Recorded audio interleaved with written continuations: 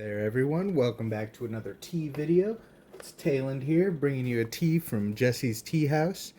This one is his premium selection, Qimen red tea. Previously I did, it was one of my first videos actually, I did a video, reviewed, tasted his original Qimen red tea. This is his newer version. I think now it's not really so new. I think he's been selling this version for about a year. But in my opinion, it is infinitely better. The original version was still pretty good, but this one is really, really good in my opinion. It's probably one of the best red teas I've had to date. But it comes in a 50-gram bag, or you could get actually they're 50-gram bags, and you can just get multiples. It looks like so. It comes in a 50-gram bag for $22.50, so quite a pricey one, as Jesse's Teahouse tends to be. But in my opinion, up to this point, this is I would say the price is worth it for this one, just because this is a really good red tea. It's I like it a lot. Can't lie. But let's pull up the website real quick just so you could see it. Probably good enough. So here it is, Jesse's premium selection, Qimen red tea. Let me just read off the descriptor on the website for you. What we call black tea in the West, Chinese call red tea, Hong Cha. It is rich and crisp with sweet taste and smoothly tannic aftertaste. It is excellent tea for drinkers used to Western tea blends like Earl Grey or English breakfast. Qimen red tea is the base tea for English breakfast, so those familiar with Western tea tradition should enjoy the super high quality leaf, pure, bold, but surprisingly light and refreshing.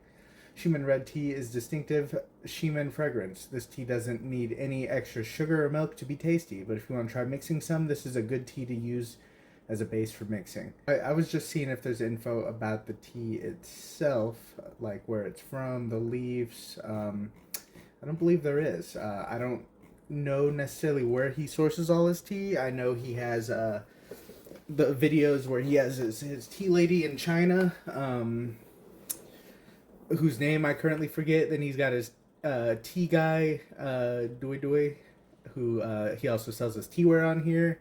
I know he buys tea off that dude. I'm not sure where this is necessarily sourced, or the trees or the leaves or anything like that. I will say it's good. I don't believe Jesse does any testing for any lab testing for contaminants or anything. But hey, if that's something that doesn't bother you, there you go. I don't know. I'm kind of iffy on that. I mean, I'm still gonna drink it. Obviously, I've drank most of the bag already, and it's good. And frankly, most tea places don't do lab testing. They just say, "Hey, trust us, bro." But that's fine. It's pretty normal, I think, at this point. Here is the tea. Looking pretty nice. They're like little spindly, pretty small. Pretty even look on them as far as color. There's some little lighter bits, but look pretty unbroken. Little small, delicate, spindly leaves. I didn't weigh this out, just kind of eyeballed it. Throw that in the guy wand. Oh yeah, I will do a quick dry smell profile for you. They do smell fantastic. There's like a really nice sweet smell to it. We'll do it for old time's sake, how Jesse shows it.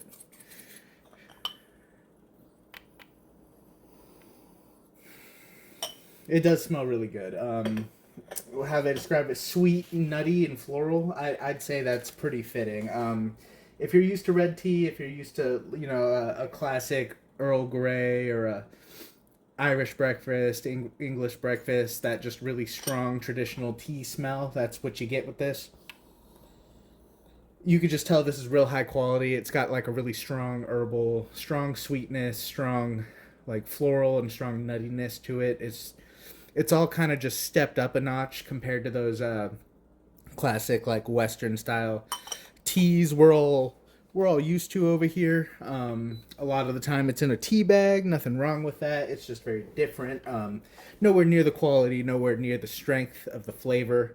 You're letting a little like, I don't know, maybe 3 gram bag of dust float in a really big mug, whereas here this is probably close to 7 grams in a tiny little cup, a little bit at a time. So very strong, very different tea flavor. They both have their merits, but I definitely prefer this method myself. So we're gonna heat up our water today to 195 Celsius, 203 degrees Fahrenheit. It's not going all the way to boiling just to avoid scorching the leaves, which isn't a huge problem with this type of tea, but also brewing at lower temperatures like this allows for a lot more of the tea's natural sweetness to come through, as well as you'll get less astringency, less bitterness. So yeah, it's if you can get away with it, a lot of the times it's better to brew just under boiling. Some teas like pu'er, at least cooked pu'er, do a lot better with boiling. Um, and this one today for the wash, I'm gonna not pour it off. I'm gonna drink it because I don't believe this type of tea needs to pour off the wash. Some teas like raw pour and cooked pour, you're gonna probably want to pour off the wash. Especially with cooked pour, I wouldn't drink that wash. Cooked pours aged for a long time, probably in piles on the ground. You might just want to get some dirt and dust and crud off that and get it nice and boiling and kill whatever funkiness might be on there. Um, but let me just show you this liquid real quick. Hopefully you can see that. It's kind of dark in here, but it is a nice deep red color already. Very deep color, very ruby-like look to it. Very clear. No fogginess, no muddiness, no cloudiness. There's no specks in there either. These leaves were very whole, so nothing to worry about there. And I'll give a wet leaf smell profile real quick as well. It smells fantastic. It's super herbal, fruity, nutty. Um, yeah, just that classic, really strong, just tea smell. Like it, super comforting to me. I grew up. I always loved to drink tea. I would always get tea bags from Western companies. Obviously, a classic one I would get them from is Republic of Tea. They're, I think, a British tea company. They made like pretty much the best like bougie tea bags you can get. It's like $20 a tin American for I think like 20 tea bags or something. I don't know. I think I have one over here. I still drink it on occasion, especially some Earl Grey Republic tea. So 50 tea bags, and I think it goes for, I don't know, between 12, maybe $12, $15. I don't remember, but they're pretty good. But this is just that classic tea scent, really strong, really fruity, a little bit of nuttiness, floral, a lot of natural sweetness for sure. Yeah, but to me, super inviting, super relaxing. I would always drink tea after school and read a book or something. I was a nerd, but we're gonna give this a little taste. Brewed 203 Fahrenheit, so a nice thing about that, not quite boiling, is it calms down a little or cools down a little faster. And you saw how long that steep was. That was maybe like 5 seconds. It was definitely under 10 seconds. Um, Already a very nice flavor. I know it's going to open up even more. That was super quick. Um, a little bit of a mouth drying effect, a lot of sweetness, quite a body on it, being a red tea, or as we call it in America, a black tea. A good amount of body. It would definitely take to some sugar real well if that's your thing, or if you want to add milk. I've never added milk to tea. I don't really understand that one, but I also don't add milk to coffee. I might be the weird one here. Um, but super rich, super flavorful, super fruity. very full. I really love this red tea. I think I've only reviewed two other red teas on this channel before, one of which was the old version of this Qimen red tea. And I do love that one too. It's decent, but this one is just a step up from that, in my opinion. It's fruitier. It has more of a smell, more of a flavor. It's like that tea stepped up a notch.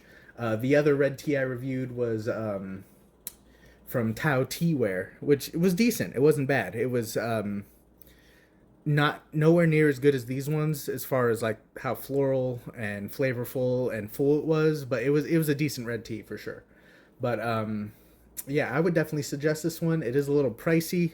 22.50 for 50 grams of tea. It's quite a bit, especially considering like some of these other teas I've gotten. Like I think that Tao Teaware red tea cake for, I want to say it was 200 grams, was about the same price. So quite a big difference in price. I know Jesse's tea tends to be at a premium, but it's also packaged in a premium way, and it comes with the little card, the information card, and he does a lot of his social media and videos, so he's definitely popular, definitely more of a premium because of that. I definitely got into Gong Fu tea because of Jesse. Ventured out a little more. I understand pricing a little differently now, but quite a few of his teas are really good. I like this tea, and I really like his white teas that he has. Don't much care for the oolongs I've tried up to this point, but I still try everything from him just because I do like his products. But I think that's all I have today. Leave a like if you enjoyed it. Subscribe for more tea content. Leave a comment. Let me know what you think.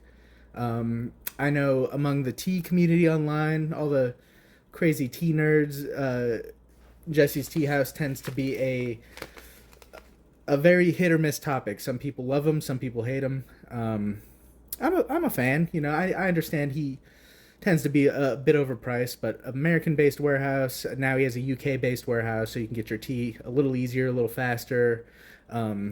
This set I use is Jesse's Teahouse. A lot of his videos are super helpful, especially if you're new to tea. Yeah, I think he definitely has his niche. Him and Mei Leaf are kind of in the same niche, I think. But yeah. All right, I'll see you.